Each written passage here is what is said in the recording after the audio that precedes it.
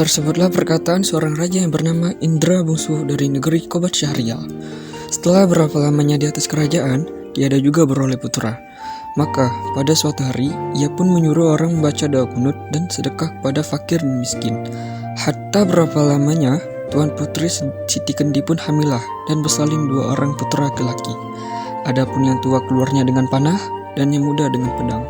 Maka Baginda pun terlalu amat sukacita dan menamai anaknya yang tua Syahperi dan anaknya yang muda Indra Bangsawan. Maka anak kanda Baginda yang 2 orang itu pun sampailah usia 7 tahun dan dititahkan pergi mengaji kepada Mu'alim Sufyan. Sesudah tahu mengaji, mereka dititah pula mengaji kitab usul, fikih, hingga syarab, tafsir sekali. Setelah beberapa lamanya, mereka belajar pula ilmu senjata, ilmu hikmat dan isyarat di peperangan. Maka Baginda pun bimbanglah, tidak tahu siapa yang patut dirayakan dalam negeri, karena anaknya kedua orang itu sama-sama gagah. Jikalau Baginda pun mencari muslihat, ia menceritakan kepada kedua anaknya bahwa ia bermimpi bertemu dengan seorang pemuda yang berkata kepadanya, barang siapa yang dapat mencari bulu perindu yang dipegangnya, ialah yang patut menjadi raja di dalam negeri. Setelah mendengar kata-kata Baginda, Syahperi dan Indra Bangsawan pun memohon pergi mencari bulu perindu itu. Mereka masuk hutan, keluar hutan, naik gunung, turun gunung, masuk rimba, keluar rimba menuju ke arah matahari hidup. Maka datang pada suatu hari, hujan pun turunlah dengan angin ribut, taufan, kelam kabut, gelap gulita dan tiada kelihatan barang satu pun. Maka Syahperi dan Indra Bangsawan pun berserailah. Setelah teduh hujan ribut, mereka pun pergi saling mencari. Tersebut pula perkataan Syahperi yang sudah bercerai dengan saudaranya Indra Bangsawan. Maka ia pun menyerahkan dirinya kepada Allah Subhanahu wa Ta'ala dan berjalan dengan sekuat-kuatnya. Beberapa lama di jalan, sampailah ia kepada suatu taman dan bertemu sebuah mahligai. Ia naik ke atas mahligai itu dan melihat sebuah gendang tergantung. Gendang itu dibukanya dan dipukulnya. Tiba-tiba ia terdengar orang yang melarangnya memukul gendang itu. Lalu diambilnya pisau dan ditorehnya gendang itu. Maka Putri Ratnasari pun keluarlah dari gendang itu.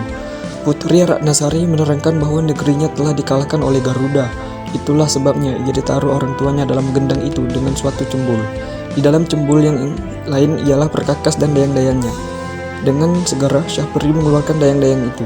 Tatkala Garuda itu datang, Garuda itu dibunuhnya. Maka Syahperi pun duduklah berkasih-kasih Putri Ratnasari sebagai suami istri dihadap oleh segala dayang-dayang dan inang pengasuhnya. Tersebut pula perkataan Indra Bangsawan pergi mencari saudaranya. Ia sampai di suatu padang yang terlalu luas. Ia masuk di sebelah gua yang ada di padang itu dan bertemu dengan seorang raksasa. Raksasa itu menjadi neneknya dan menceritakan bahwa Indra Bangsawan sedang berada di negeri antah berantah yang diperintah oleh Raja Kabir. Adapun Raja Kabir itu takluk kepada Buraksa dan akan menyerahkan putrinya, Putri Kumala Sari dan sebagai upeti. Kalau tiada demikian, negeri itu akan dibinasakan oleh Buraksa. Ditambahkannya bahwa Raja Kabir sudah mencanangkan bahwa barang siapa yang dapat membunuh Buraksa itu akan dinikahkan dengan perempuannya terlalu elok parasnya itu. Hatta berapa lamanya Putri Kumalasari pun sakit mata, terlalu sangat. Para ahli nujum mengatakan hanya air susu harimau yang beranak muda lah yang dapat menyembuhkan penyakit itu. Baginda bertitah lagi, barang siapa yang dapat susu harimau beranak muda, ialah yang akan menjadi suami Tuan Putri. Setelah mendengar kata-kata Baginda, si hutan pun pergi mengambil suras buluh yang berisi susu kambing serta menyangkutkannya pada pohon kayu. Maka ia pun duduk menunggui pohon itu. Sarung saktiannya dikeluarkannya dan rupanya pun kembali seperti dahulu kala. Hatta datanglah ke 9 orang anak raja, meminta susu kambing yang disangkanya susu harimau beranak muda itu. Indra Bangsawan berkata susu itu tidak akan dijual dan hanya akan diberikan kepada orang yang menyediakan pahanya diselit besi hangat.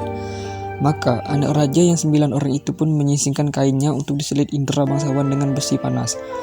Dengan hati yang gembira, mereka mempersembahkan susu kepada raja. Tetapi tabib berkata bahwa susu itu bukan susu harimau, melainkan susu kambing.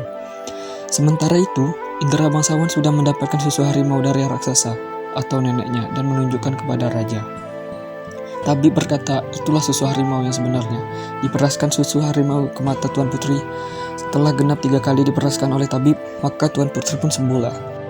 Hatta sampailah masa menyerahkan Tuan Putri kepada Buraksa. Baginda berkata kepada 9 anak raja bahwa yang dapat mendapat jubah beraksa akan menjadi suami putri. Nenek raksasa sebelumnya pernah mengajari Indra bangsawan.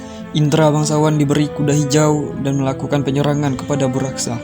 Setelah Buraksa lumpuh dan tidak berdaya, Indra bangsawan berhasil mengambil jubah yang ada di Buraksa. Sesampainya di istana, Indra bangsawan segera menyerahkan putri dan jubah Buraksa. Maka raja mengumumkan hari pernikahan Indra bangsawan dan putrinya. Lantas Indra bangsawan dan istrinya menemui nenek raksasa.